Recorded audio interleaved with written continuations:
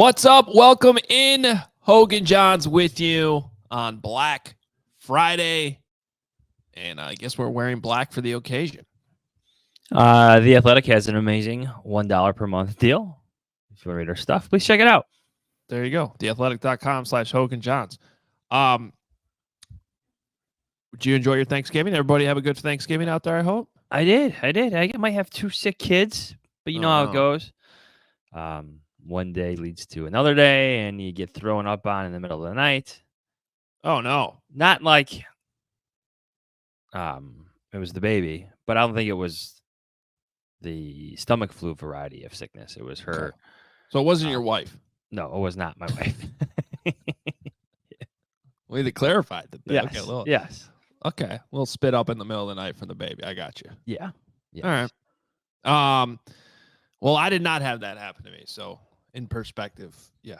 No, I had a great Thanksgiving. Enjoyed the football. Hope everybody out there did as well. We appreciate you joining us as we preview Week 12. Johns thought it was Week 14 already. Yeah, I'm moving ahead. I'm moving. You want it to be Week 14. I want it to be Week 14. Let's get this over with. Did you just say, like, I hope everybody enjoyed? There's no way Bears fans enjoyed watching the Packers beat the Lions. There's no way Chicago enjoyed watching that. No, that for a number of different reasons. Obviously, you know, the Packers won a game, which is never enjoyable for Bears fans. But then they basically pummeled the team that the Bears just blew the game to 5 days ago now. It had to be tough. Did you look at Jordan Love's stat line? It was pretty good. I mean, I don't know it off the top of my head. I like the eye test. The eye test said he had a really good game. Good for him. He threw the ball really well. 22 for 32. That's basically 69%. Nice. 268 passing yards, 3 TDs, no interceptions, a passer rating, a season best passer rating of 125.5, 0 sacks. 0 sacks. He ran 3 times for 39 yards. The Packers, Green Bay, Aaron Rodgers, go Bears. Yeah. Thanks, Bob. Pretty good. I mean, like the conversation with Justin Fields, we can't put too much stock into any one game, but if you are paying attention to Jordan Love, he had a great week 1 against the Bears. Things really dipped. He's been on the rise the last couple of weeks. And they're suddenly excited about their quarterback again, based on the text messages I was getting from my Wisconsin friends yesterday saying that he's going to win more Super Bowls than Aaron Rodgers did. Which, by the way, is not that hard. So, too. He hates kids. Aaron Rodgers hates kids. Classic there. I mean, there was some flukiness to the success. Like, there was that one pass that seemed to go through human beings. You see that one? Yeah, that was insane. That was like some Matrix shit. That was crazy. Even Jordan Love, yes. Matrix shit. Like, even Jordan Love acknowledged after the game, like, I don't know how I got through there. Like, it literally goes through human beings to his receiver for the completion in the end zone for the touchdown. So, like, that happened. Yeah, that was a thing, but numbers are numbers. He looked good. I think what struck me, like, as I'm watching that, is just, like, how different the Packers' plan of attack was for the Lions as opposed to the Bears. So like, what stood out to you? Well, there was like one design run that he took for, some good yardage, but it was through the air. The Bears tried to wear the Lions down via the ground. It felt notable to me for evaluating quarterbacks. Yeah. I mean, realistically, both styles worked. I mean, both teams had a double-digit lead in the fourth quarter. One team held on to that lead and finished the game. The other did not. But what I think was most impressive about what the Packers did yesterday is they had like 8 starters out.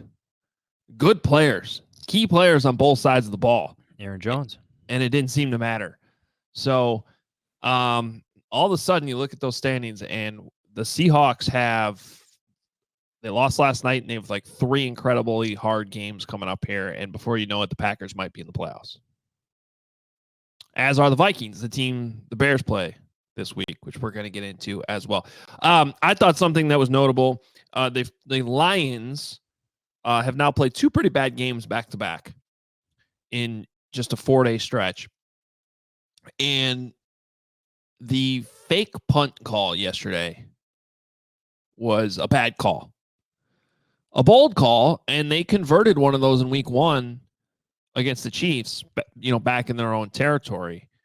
But that's on tape now, and teams are aware that the Lions could do that at any given time, and the Packers seemed ready for it, not only based on how they played the play, but how they lined up formationally. And either the Lions didn't have a check out of that, which is really bad, or they did, and they just didn't check out of it, and they tried to run it anyway. I think they missed it.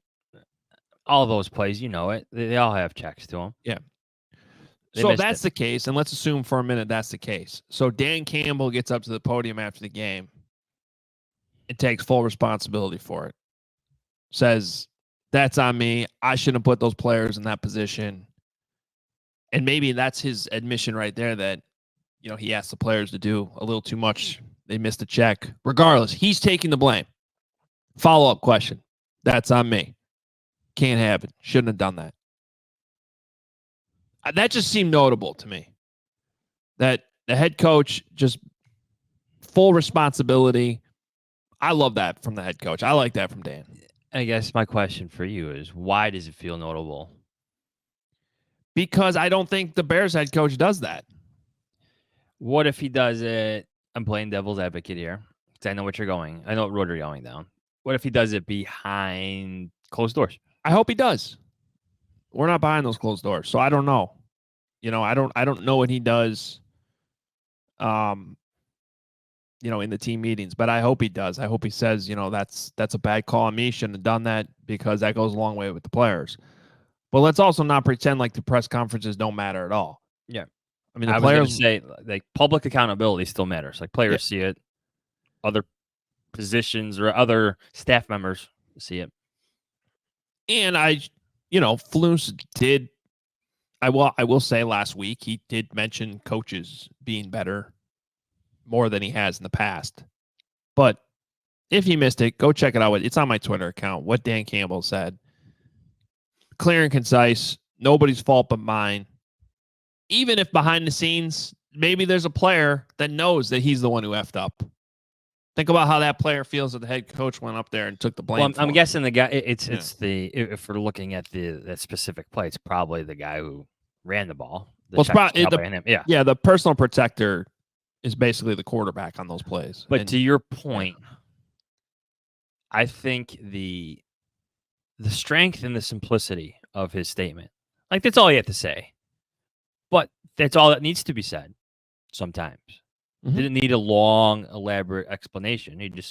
That's on me. That's on me. And I think there's some strength, or there's importance in that simplicity sometimes, which I think gets lost, as we've seen here in Chicago, where we get word salads and whatnot. Yeah. It's as I put on Twitter, it's just not that hard.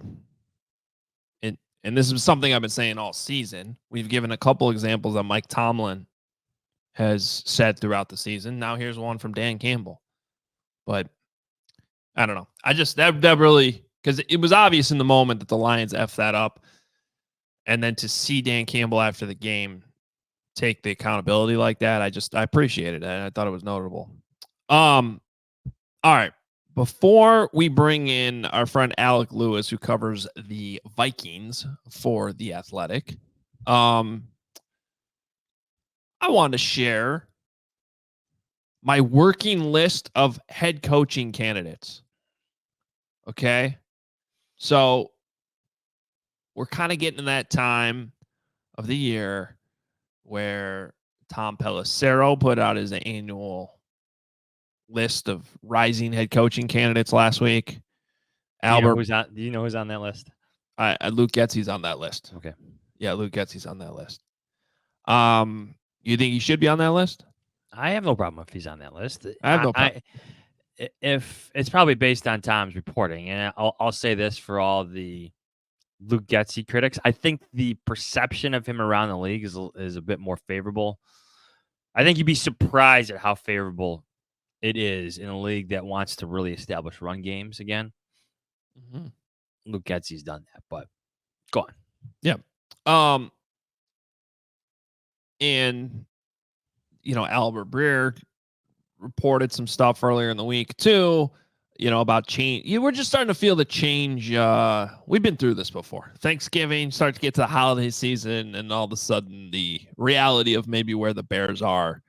And I got to be honest, that loss in Detroit on Sunday kind of changed my perspective on the whole thing, at least a little bit. I think that was an enormous loss for Matt Eberflus. So anyway, let's just say you're Kevin Warren right now. I'm not even going to go Ryan Poles. You're Kevin Warren.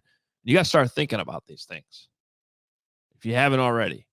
And Barry Alvarez used to always say he had a list of 5 coaches in his pocket at any given time, because if you don't, you're not doing your job properly. You never know when you might need to do that. So here's my working list of top 5 right now. All right, number 1 is Jim Harbaugh. I'm not afraid to go down this road, Johns. And when I hear, and I keep going back to this, now this is my list, but I'm going to on each one maybe bring in Kevin Warren to the situation too. But so for my perspective, Jim Harbaugh has done nothing but win at every level he's coached, including the NFL. Does he ruffle feathers along the way? Damn sure he does. But he wins. And I think this is a franchise that's been too scared to make the big move sometimes. He coached and had success with a running quarterback in Colin Kaepernick in the NFL. So if you want to keep Justin Fields, I think he's a good coach for Justin Fields. Obviously coached against him in college a bunch. Very familiar with his play. If you want to go down on a different road and draft a different quarterback, I'd want somebody like Jim Harbaugh to help make that decision before you make this move a year from now. Does Kevin Warren have him on the top of his list, though? So Kevin Warren.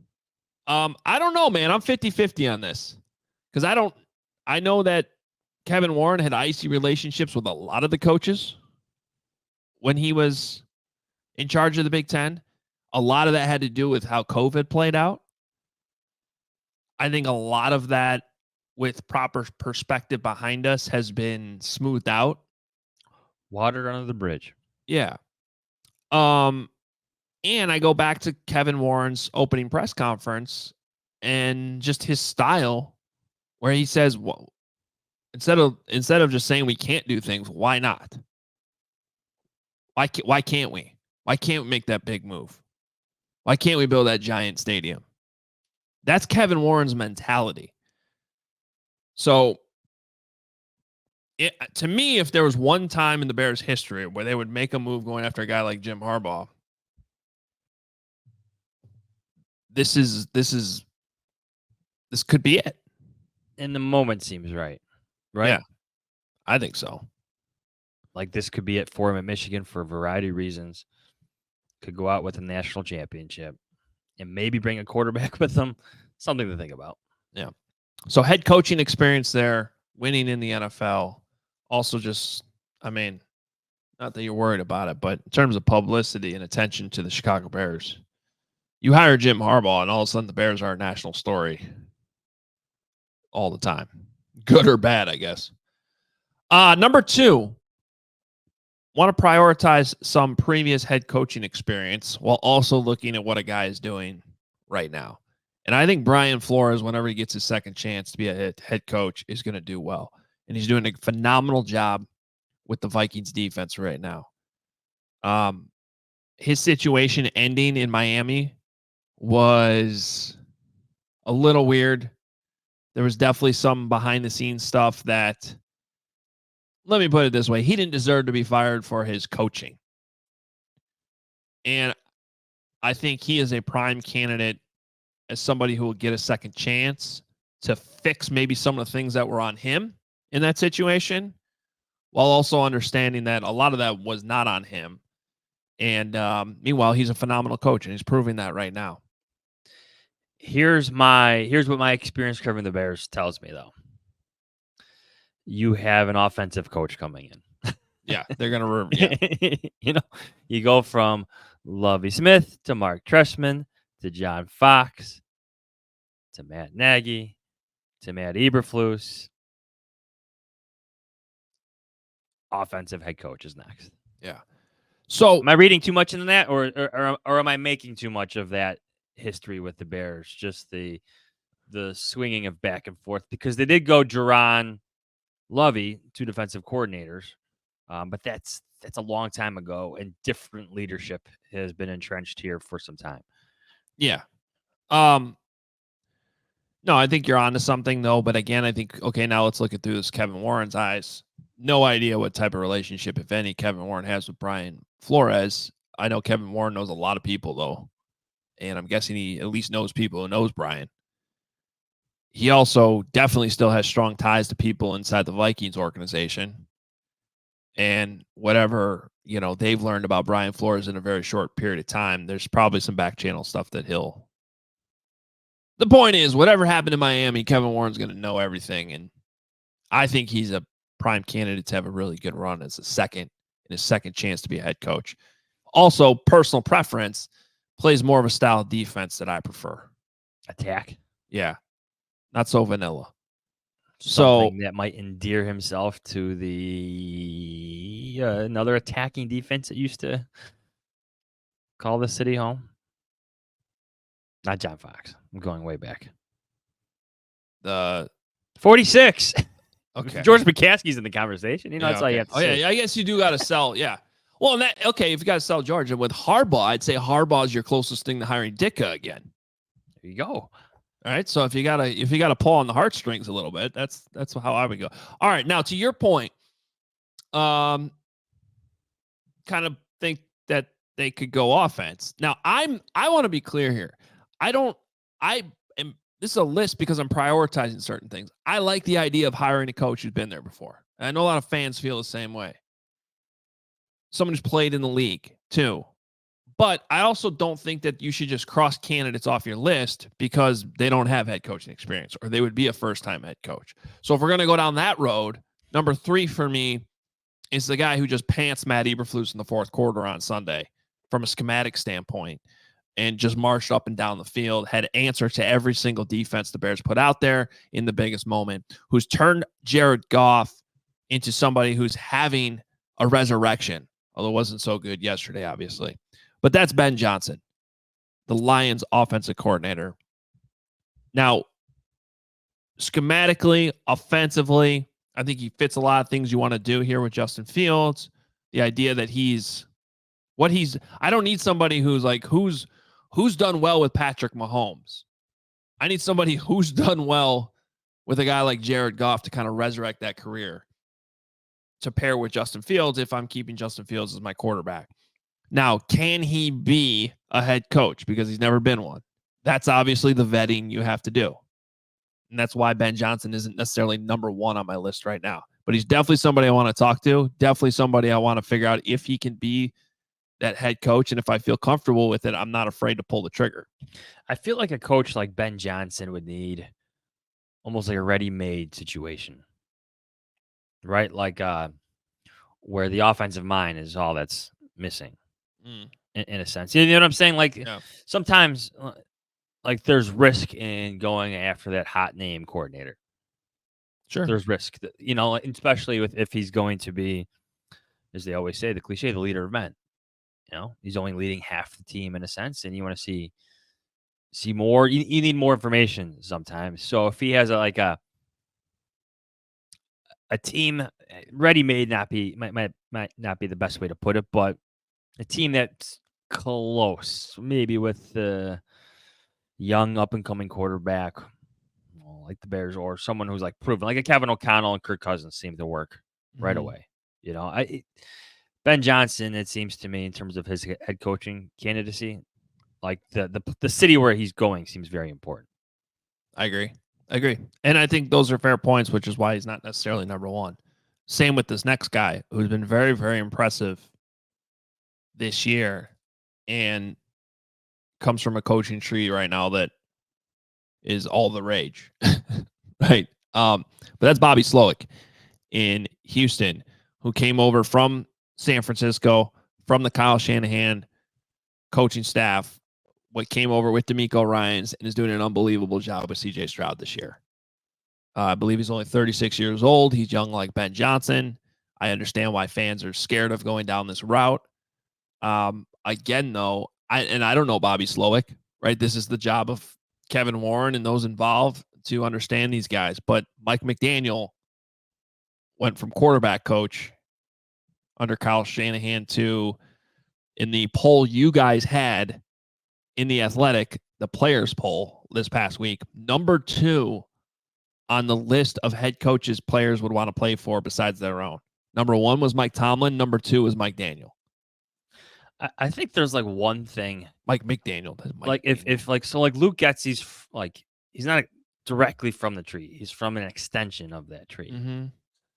But if you get a coach who's actually directly from that tree, like a Mike McDaniel, like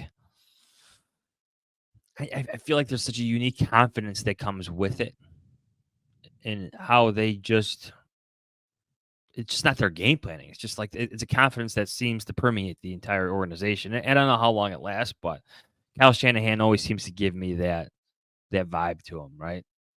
Not afraid to speak his mind to the media, not afraid to speak to media at all. Yeah. And damn good play callers to begin with. You know? And again, you're seeing when he leaves Kyle Shanahan with a rookie quarterback, and he's, the Texans might make the playoffs. Yeah. Like I understand like the risk in not having Kyle Shanahan as like your play caller. Like when you hire one of these guys, like, oh, but they didn't call plays, right? Like Kyle handles all that. But now you're seeing Mike McDaniel have success. You're seeing Bobby Slowick have success. So obviously there's been something that carries on. And I almost want to say, if you read some of the stuff like about Kyle Shanahan in the past, some of it might be the actual, well, here's a buzzword for you. Have you heard this one before? Collaboration. Mm-hmm, I've heard that, yeah. Collaboration. I think we have a shirt that says that. HogeJahns.com. Hey, number 5. So now we're kind of like, right, I'm going to give you some honorable mentions here too, and I think this one kind of blends into the honorable mentions. But I want to have a conversation with Eric Bieniemy too. I don't know all the details of why this guy hasn't gotten his opportunity, but and maybe he's going to get that opportunity in Washington. It's 9:42 in the morning as we're recording on Black Friday. Has Ron Rivera been fired yet? Don't think so. Because honestly, if that's a move I'm making in Washington right now, I would like to see Eric Bieniemy coach the final, what do they got, 5 games left? 6 games left, depending on their bye week situation. I'd like to see, this seems like an opportunity to finally let Eric Bieniemy run the show and give him an audition. So I'd like to know that. Couple honorable mentions as well. I still like Dan Quinn. I thought that's who they should have hired instead of Flus, of their finalists at least. I thought Dan Quinn was, again, another guy who has been a head coach before, getting a second opportunity. I'm laughing because this would be like his 3rd time interviewing. Yeah, it would be. I'm sure George McCaskey could ask Ted Phillips for Ryan Pace's notes on Dan Quinn. Yeah. I'm not saying this is going to happen, but he's still on my list, and he's still doing a good job in Dallas. Yeah, they could call up their old friend Bill Polian for his notes on Dan Quinn. Yeah. And then I got to go special teams too. I got to give some special teams love here. But Chris Orton, the Ravens special teams coordinator, 38 years old. You guys know that this goes back years, way before I was even coaching. I just think special teams coordinators should get more looks than they do. They coach the whole team. I think they're most qualified to be more in that CEO type role and know how to do it. I don't know Chris personally, but he's coming from the John Harbaugh coaching staff. They're always well coached. They know how to do special teams. Dave Tobes from that same coaching tree. And so for a young coordinator, Chris Orton's at least an honorable mention for me. Okay. So there you go. There's some names. Who is Joe Judge? Was he the last special teams coordinator hired? Yes. But Joe Judge was also, if I remember right, he was like coaching wide receivers one year, and then he was the special teams coordinator. Like, I don't know that he was classic Patriot stuff where they just kind of bounce around a bit. Yeah. Chris has been with the Ravens since 2014. He went from an intern to assistant special teams coach, then got promoted to special teams coach, learning under John Harbaugh. The Ravens, now I'm reading from, this is from Tom Pelissero's coaching list that he has every year. Ravens finished number 1 in special teams in 2021, number 3 last year. And it's not just because of Justin Tucker. Harbaugh has given Orton ownership over the operation, and he's run with it, coaching up players from both sides of the ball. So there you go. Start think about it. Doesn't mean it's not a final list. It's just the working list. We can add more. Could take guys off. I'm really targeting those first 2 guys I mentioned, though. Jim Harbaugh, really 3. I want Ben Johnson in the conversation too. Yeah. At this point, I feel like I have a lot of experience. If the Bears want advice, I've covered 5 head coaching searches. Yeah. You know? Some of us in that media room have actually covered more. Sometimes the no-brainer is just that it's it for a reason. Yeah. Sometimes you don't need a bunch of information. You know who the top candidate is. You know who fits best. Go get him. Yeah. All right. Let's get to Alec Lewis. We do have a game to talk about. There's still games left in the season, as much as Johns wants to jump ahead to week 14. Hey, buddy, we do have a bye coming up. So that's good. I got plans during the bye. Yeah, no, me too. All right. But Alec Lewis, you've heard it before. Does a great job covering the Vikings. We talked to him a few weeks ago, the first time the Bears play the Vikings. And Adam Johns is going to handle this one for us as he talks to Alec Lewis to figure out what's going on with the Kirk Cousins-less Minnesota Vikings. All right, let's bring in Alec Lewis, friend of the show. He covers the Vikings for The Athletic for us. That's Alec_Lewis, if you're still on X, still on Twitter, or whatever you want to call it. Alec, happy Thanksgiving. How are you? Here's the first game question I have for you. How much is Brian Flores going to blitz Justin Fields on Monday night? Yeah, first, thanks for having me, Adam. I appreciate it. Happy Thanksgiving to everybody as well. Yeah, it's probably going to blitz him a lot. You know, I went back and I looked at the snaps that Justin played against Brian Flores the first time around. I think it was 35 total snaps. He was 6 of 10 passing in that span. Really, the issue from what I recall, and you might remember this better than I do, but pass protection and just protection in general, including the running backs, was really a mess. And so I believe Brian Flores, the way he operates, he's going to test your weak link. So he will probably ensure that pass protection for the Bears in front of Justin Fields can hold up. And if they can't, then he will send the house. You know, it is interesting, I will say, the perception of Brian Flores at the moment from the outside is he blitzes every single time. This is how, but really over the past 4 weeks, he's done a ton of drop coverage, play zones, force you deep to short. And so it'll be interesting against a quarterback like Justin that he's had success with blitzing, how he operates. And so that's why I do answer, yes, I think he will blitz, especially early on. So before we brought you on, my podcast partner who decided to skip this interview, by the way, you know, Adam Hoge. I don't know what he's got going on, but, you know, we can make fun of him later. I don't know what I did to him, but yeah. I don't know. I don't know. That's on him. It's on him. Don't worry. You're good. He had Brian Flores on his list of head coaching candidates. What do you think of his candidacy? Like, how is he viewed there, I guess, in Minnesota? Like, how is he getting along with that locker room? How's he taking charge of that defense? Yeah, it's been great. I mean, really, from the time he got here, the way that he has gelled with the personnel and the players, and there has been a targeted effort from him, without question, to be more fun, to have more fun, to prioritize that, to prioritize the way he handles the media. I mean, he will.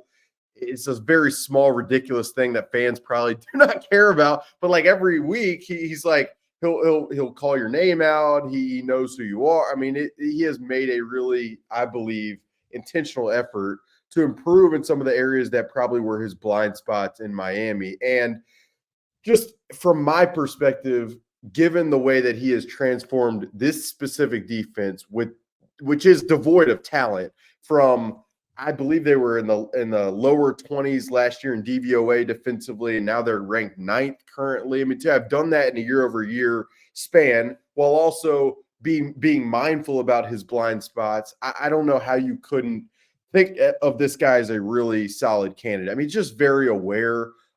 He obviously grew up in the game the way he did, so his mannerisms, his style is kind of what it is. But I think he's smart enough and aware enough to realize that times change, that people change, that you got to coach players differently. And so, yeah, from what he's done, it's really kind of blown me away in as short of a time span as he's done it. Kind of going off that, like, how good of a job is Kevin O'Connell, in your opinion, like, doing this season? Just in terms of being, it's his second year as a head coach, right? Like, no star receiver, no starting quarterback who was having an exceptional year before his injury. Like, and here the Vikings are still in playoff contention, still winning games somehow. Like, take me through his success as a head coach. Yeah, and it's not just those guys. I mean, you lose Jordan Hicks, who's your starting linebacker, your green dot, your communication guy in the middle of the field. You lose Marcus Davenport, who was one of your priority signings as an edge rusher on defense. You lose, I mean, I could go on and on and on. Cam Akers, who was the team's backup running back, who they went out and signed and had started to really kind of assume as many carries as Alexander Madison. So it has been a gauntlet of working through adversity. And when you start the season 0-3, 1-4, and a lot of those losses were as a byproduct of turnovers, to be able to keep this locker room together and push forward and then adapt the offense to as many quarterbacks as they have. Yeah, it's a very impressive job. I found this stat the other day, but when they don't turn the ball over, or when they break even or win the turnover margin since he's been the head coach here, they're 16-0. Like, they literally haven't lost when they break even or win the turnover margin. That's not solely a coaching stat, but it's just fascinating in that when they don't make mistakes, they're in position to win the football game. And he deserves a lot of credit for a lot of things. I mean, he also prioritized Brandon Powell as a free agent signing. He's been a great serviceable wide receiver when they've needed him. So, kudos goes to this staff and Kevin specifically for what they've been able to do. It's pretty fascinating. I feel like every time I come on here with you guys, it's like some different, like it'd be like if you told me the last time I was on what's going to happen the next time, I'd be like, what are you guys even talking about? But that's the way it's gone. We can't talk about my guy, Kirk Cousins. No, I know. He's out for the year. I don't know what else to bring up. Okay. The Josh Dobbs story. Like, is it done? Is the magic over with? Does he have a little bit more magic? I mean, it's one of my favorite stories, like, in the entire league. But I know, like, eventually that story fades away. Like, where is it now, I guess, in that arc right now in Minnesota? Yeah, well, I mean, it's so funny because he after his first game against Atlanta, where it was mayhem, and somehow they were able to win that game without him having taken a real rep, he said after that game, like, you know what? In this league, if you don't perform the next week, people don't really care. And that's the most cliche thing in the world, but it's also correct. And so if Monday night he goes out against a Bears defense that you know as well as I do can stop the run specifically and can be pretty feisty, I think. If they go out and stifle him on Monday night against the Vikings, I mean, in prime time in front of Vikings fans, then people are going to be like, I don't know. But I truly do believe that he is capable of continuing some of what he started in terms of specifically the athleticism. I mean, you will be surprised watching the game, and most people, I believe, of just like, how is he able? This guy, is he really that athletic? Like, can he really shrug off linebacker? He has blown me away, even in the Denver game that they lost, with his athleticism. The question that he's going to have to prove continuously is, A, can he sort through protection efficiently every single week? And B, can he be accurate on passes down the field? And maybe the accuracy is a rhythm and timing of the offense thing, or maybe it's just his own mechanics. But that's been the one area that has probably stuck out of, if the magic carpet ride ends, it's probably because he struggles placing the ball in guys' hands on the run down the field. And Chicago's going to obviously test them, specifically if Justin Jefferson's not playing. So it'll be interesting to see how he does perform on that stage for another primetime game. You see some of those highlights, and you're like, how is this guy not sacked? And he's just going. And for a team like the Bears that still struggles to sack the quarterback, I could see his scrambles, like those wild scrambles, becoming like a problem for the Bears if they can't keep him like from crossing the line of scrimmage. Like if he's able to like step up, like, I mean, you've seen it. I mean, it's got to give the Vikings so much juice so that the chains just keep moving. It's crazy. I mean, it is like, I don't know how to describe it. It's like he's a Jedi. It's like he's in the Matrix. Like, he'll be bounce up, wheel around. You're just like, I mean, the only thing I've seen that's like that from my own life watching football is when I was in high school watching Cam Newton at Auburn. And it was just like, how is this guy torching people down the field? And like, to say that Josh Dobbs is even able to evoke that type of image in my head is kind of absurd, because I didn't know he was capable of it. But yeah, it'll test. You know how it is, Adam. You've been around these coaches. Rush lanes. We got to be contain the rush. It'll test the Bears without question on Monday night in that regard. But it's really a balance too, I think, that he deals with, of when do I create and when do I just be the pocket guy, because he can kind of do both. And striking that balance, to me, is probably going to dictate how far this Vikings offense goes. Yeah, I wonder if the Bears try to spy him and maybe use some of their advantages in the secondary to use that spy. Justin Jefferson does not care about your fantasy team, my fantasy team, anyone's fantasy team. I think he tweeted that like 2 days ago. What's the update on his health status? Is he a real option for coming back Monday night? Yeah. Is he a real option? I would say the odds are probably low on it happening. I'm never going to say never, because this guy who is a competitor and wants to play over anything else. This team, from the very beginning of this situation, which was a hamstring strain in week 5, was very focused on the long term. We want to do right by this guy. We want him to feel 100% healthy when he comes back.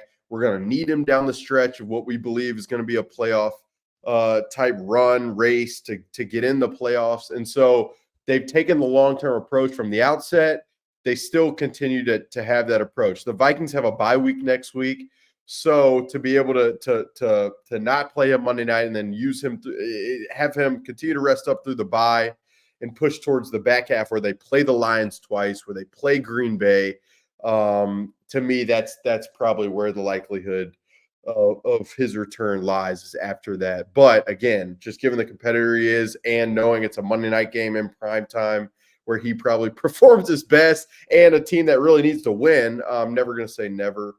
And it'll be fun to see him back with Josh Dobbs. He's never played with the guy who scrambles this way. So be interesting to see when he's back. All right, I know it's Friday morning. This game is more than 48 hours away. How do you feel about the matchup? How do you see this playing out? Do you have some sense of a pick at this point yet? Yeah, look, like Chicago's run defense and the Vikings' inept run game is a pairing that is difficult for me to kind of overcome. When they played the first time around, I believe the Vikings averaged 9 yards to get a first down on each third down that they had. So it was like 3rd and 9 on average. And the Vikings only converted 2 of those 13 third downs. And that was with Kirk Cousins, who is a obviously a precise passer compared to Josh Dobbs, who probably isn't. So that statistic alone, and 3rd down and long, and the potential of that kind of scares me. but ultimately just in prime time at home, given the coaching that the Vikings have had with Brian Flores and Kevin O'Connell, it's going to be hard for me to pick against the Vikings. I don't know specific score. I mean, I'd probably go 24-13 or something like that. But if you give me a couple more days, I'll really zero in on it and read the script probably, and then come up with something perfect. I always wonder what that script holds for the Bears and what I have to cover. It's great. I know. Every time I read the Bears parts of it, I'm like, man, great job. I mean, oh my God. It's like, God damn it. Yeah. Alec, thanks, man. We'll see you in a couple days. I'm glad you had a great Thanksgiving. Great stuff as always. Check out his stuff on The Athletic, and check out his stuff again. $1 a month, right? Check out the deal we have going for The Athletic. Yes, so yeah. Yeah, $12 for a full year. Great deal there, especially going this week on The Athletic. Alec, thank you so much. Be sure to follow him again on Alec_Lewis on Twitter. Thanks, man. Thanks, Adam. Appreciate it. It was always fun. And Hoge, I mean, come on. He's just ducking me. It's okay. He's scared. He's scared. Yeah. All right, Hoge, let's get right to it. 3 big questions.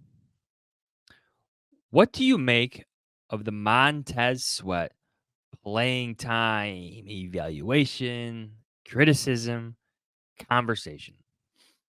So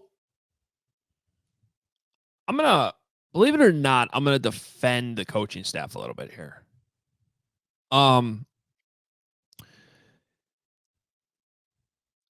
it comes to guys being in shape, having to play a lot, knowing the right times when they really need a breather, when they don't, you need to actually know your players. So let's not forget Montez Sweat's been here for like 3 weeks. He basically a month now. And I'm being serious. Like, there are certain guys, even coaching at the high school level, right? Like, we have guys playing on defense that after a long drive, they have to go on kick return. And there's certain guys who I know they never want to come off. So if they're asking for a blow, they really need a blow. Okay, then there's other guys where they ask for a blow and you kind of like, come on, man, do you really right now? And you tell them to go back out there on the field. It's a feel thing, and you got to know who's who in those situations, who's willing to go, who never wants to come off the field, who asks off more times than not. And I don't know that they know that with Montez Sweat yet, if that makes sense. That just comes with time. So I'm not saying that that's the whole reason why he's coming off or not, but I just think there's still a feeling out process that's going on, I'd imagine, right now. So his 39 snaps against Detroit, and let's not forget that the Bears held the ball for, 40 minutes? 40 minutes, right?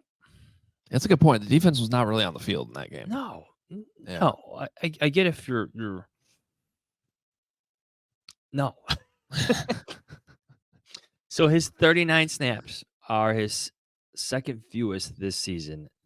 His least amount of playing time was 33 snaps that he played in a 24-16 win for the Commanders over the Falcons in Week 6. His season high in snaps is 58 that he played against the Eagles in a 34-31 loss in Week 4. I guess, like, I understand that players rotate, but like at the same time, you need your best players on the field, right? The coaches themselves can end the rotation at any moment they want. Like, no, we need you on this one. You know, we're paying you $98 million. Be on the field. And I mean, they're not going to say that, but you get my point. Like, you're supposed to be this multiplier. Go effing multiply things. I'm with you. You know, instead, you get some traction when you leave the field. Yeah. All right, number 2. Is this a must-win for Justin Fields when it comes to his team's evaluation of him? Let me repeat that. Is this the must-win for Justin Fields when it comes to his team's evaluation of him?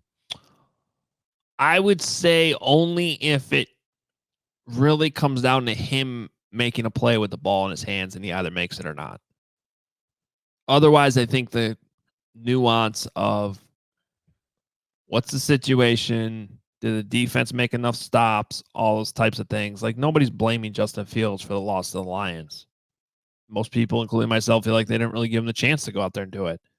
But if he does get that chance in the fourth quarter and he throws a really bad interception or something like that, then I would say that that was a must-win situation and he didn't get it done, or he did get it done. But if it doesn't really come down to that, then no. I think like the micro story here is important. It's how does he handle an aggressive defense that's going to blitz the hell out of him? Mm-hmm. How does he handle a defense that the last time he played them, he got hurt because he held the ball too long? Like this. These are things that you play better against the Vikings here, and the conversation changes a bit. I agree. Now, this one I have a different answer on. Number 3. Is this a must-win for Matt Eberflus when it comes to his team's evaluation of him? Yes. Because I honestly think all these games are must-wins at this point. I really think that things changed with that loss on Sunday. And when I think of ways that he could save his job, I'm like, you at minimum, I feel like need to go 4-2. And you badly need to beat a divisional team. Yeah. And you only have 2 of these left. Right? You have one more chance to beat the Vikings and one more chance to beat the Packers. And that Packer game, who knows what situation you're in then? That's week 18. That could be Justin Fields is sitting for a draft position. I mean, who knows? So, yes, to me, this is absolutely 100% a must-win for Matt Eberflus. Over-unders. Let's go through these quickly. From Barry to Bear fan, number of times Flus says execute in his press conferences from now until Monday. He didn't give me an over-under, but I'm going to set it at 17.5. 17.5. That's actually, wait, so he's got any use of the word execution would qualify. It's 2 press conferences. That's a lot for 2 press conferences. Yes. Yeah. All right. I'm going to say under because this podcast has a lot of influence. And this and this might get mentioned to him. Don't say execute as much. So we have some control here over yes, this. Yes. We're joking, but we know people listen to this at Hallis Hall because they tell us. I'm going to say under, but just barely. Again, though, going back to the Dan Campbell thing I said earlier, like you didn't hear him be like, "Oh, we just got to execute that better." No, we shouldn't have done that, and that's on me. All right, we have a game over-under from Ryan Finley. I hate to say this. I really do. Over-under on Fields' fumbles. Half. Yeah, it's a totally fair over-under. And I have to say over because that's been a problem. And even last week, he did a great job holding on to the ball, but then right at the end, not that it was his fault at all, but you had that one play that you just feel like is inevitable. That Darnell Wright gets beat on his block, strip sack, safety. So they might recover it, but I do think he fumbles at least once. From Preston Ryan, over under broadcast comments on Flus's job security with bye week coming up. Half. I think you get at least 2 mentions. I don't know if the words job security will be used, but his job security will be discussed. We'll put it that way. Yeah, I mean, it's over. You'll get one of those weird Monday Night Football caricature graphics where they're randomly in like a saloon or something, those weird things they do, and they'll pop up his record against the NFC North, which they should. honestly, if they don't bring that up, his overall record, his NFC North record, if that stuff doesn't get put on a graphic in the middle of the game, then they're not doing the broadcast correctly. So I'm going to say over on that for sure. From Cole, here's one I think might be interesting. Here, let me read this again. I'm tired. Here's one I think might be an interesting one to track this week and going forward. Mentions of Kevin Warren on the broadcast, 1.5. This game, you're going over on this game because he's returning to Minneapolis. Well, he was instrumental in the creation of that wonderful stadium. So I think you get 3 or 4 shots of him actually wherever he is in whatever suite he's in throughout the game. Yeah, I agree. I'm assuming he'll be in the owner's suite where the Vikings change out. I think I told this story before. They change the photo on the wall for every game in the owner's suite. So this week it'll be a Viking like sacking Justin Fields or something. Have I told you that? Mm-hmm. Yeah. So they kind of troll the owner. I like that. In the owner, they also put the owner suite right in the middle of like it's not the main concourse, but it's like the suite. Like if he needs to go to the bathroom, right, he has to go out in the. Not that George cares. He's a man of the people. Do you remember the owner suite in the 2 or 3 years that the Vikings played in Minnesota Stadium, which was right next to the press box? Next to the press box, yeah. How the first year we were there, we saw the entire McCaskey family sitting with Phil Emery, like right there. And then that was the last game of Mark Trestman, was it not?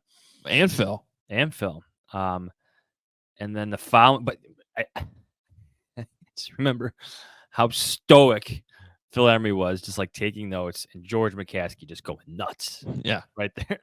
Yeah. Peggy Kaczynski, like right there.